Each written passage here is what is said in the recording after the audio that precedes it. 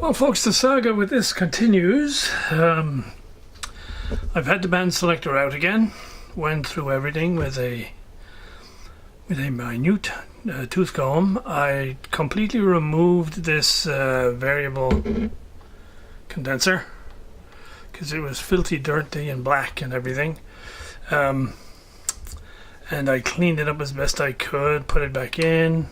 I thought I'd found a faulty connection on the second wafer here, and so continuity I didn't have before I seem to have now.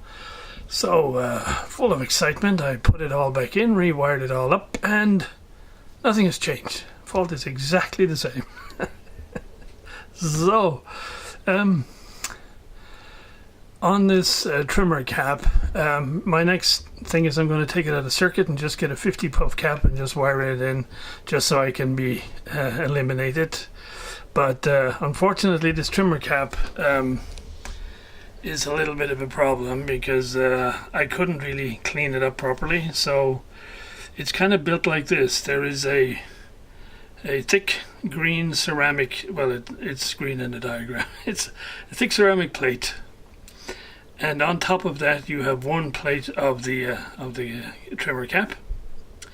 On top of that in black you have the mica washer, and on top of that, sort of bent over here like this, you have the adjustable plate, and you have a screw going through everything, and there is a threaded insert in the ceramic base that acts as the adjustment mechanism, and then this and here is screwed to the chassis.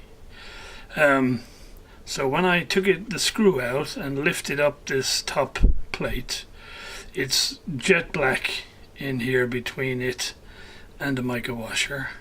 So I was able to clean the underside of this adjustable plate. However, the mica washer is fixed to the fixed plate and to the ceramic base with a rivet, with two rivets.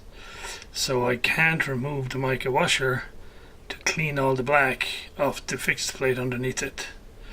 And so yeah, as I say, I'm not sure whether this cap is actually working or not. I mean, when I put it all back, if I tighten it all down really tight, completely out of circuit sitting on the bench, I can get it to show like 50 picofarad, which is what the drawing says, but I don't trust it.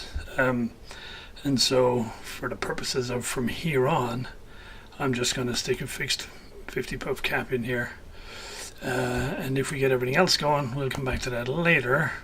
But I'm still left with yeah, I haven't been able to find what the problem is, and I'm not sure it's physical contact anymore, because so here is the trimmer cap, here is a fixed cap which I've checked, here are the two coils which are fixed together at the bottom, and so here it goes off to the tube via this capacitor right here. So I had my scope hanging on here right as we go into the tube, and I have all the oscillation I need for the other bands. I just have nothing when it's medium wave.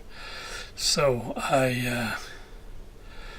when I hang my scope on the top end of this coil here, there's no oscillation, so I don't have to worry about all these switches in between here, and it's really only this one right here and a few over here, and certainly the continuity seems to be there. So kind of foxed on this one.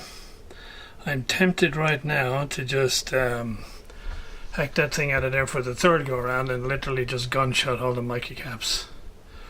That might have two benefits. I might fix the snap crackle pop problem, which is only on shortwave, and by enough hacking around I might either find a problem with one of the wafer switches, or just a sheer moment it around and the disruption might cause the problem to resolve itself. So yeah, I'm not going to bore you with all of this stuff, but I'll come back if I do manage to make any reasonable progress with it. Well guys, this one looks like it might be besting me. I've had this tuning band selector out a couple of times. And last time I had it out of there, I thought I'll gunshot the caps. I don't think it'll make much difference, but hey, I'll do it. However, when I was looking, I thought this key capacitor here, which is like the fixed cap in the broadcast band oscillator circuit, I had previously lifted one end of it to measure its capacitance, and when I put it back, I soldered it onto the wrong connector. I soldered it onto this one instead of this one. And I thought, eureka! Finally, we have a cause for the effect. So I put it back correctly without any further ado, put it all back in, powered it all up. It's exactly the same as it was before. So, modified lines from a certain famous movie started going through my head like this. This band selector is mine. There are many like it, but this one is mine. Anyway, I think the only option I have open to me is to gunshot those caps and maybe, I don't know, see if I can stick a meter across the coils and see if I can get some inductance readings on them, because as I say, all the micros I've checked in here, from a capacitance value perspective, they measure up just fine. So I think that's going to be my last go at this. So I'll take it out of there once more.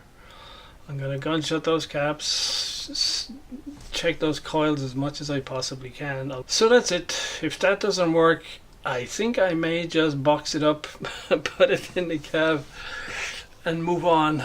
Well guys, some considerable time later, I think we have progress of a sort, but it might only be progress that indicates I don't think this is going to be fixable. Basically, the top of the medium wave oscillator coil is connected to this connector right here, and that is not connected to anything. Not that I can see.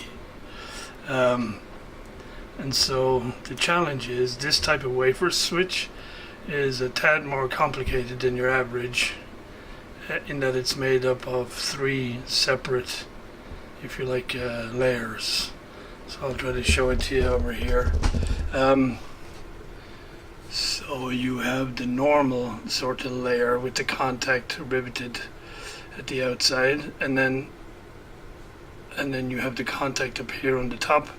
So as you rotate the shaft in the middle and all this stuff rotates, these 2 plates rotate, these contacts move around.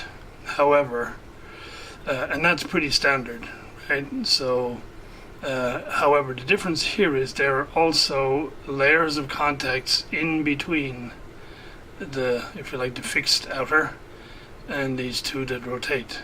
So instead of having, if you like, 2 layers of contacts that are moving, you actually have 4. And so sometimes the contact where you solder to simply gets riveted, and then you have the spring contact going up to the contact that rotates.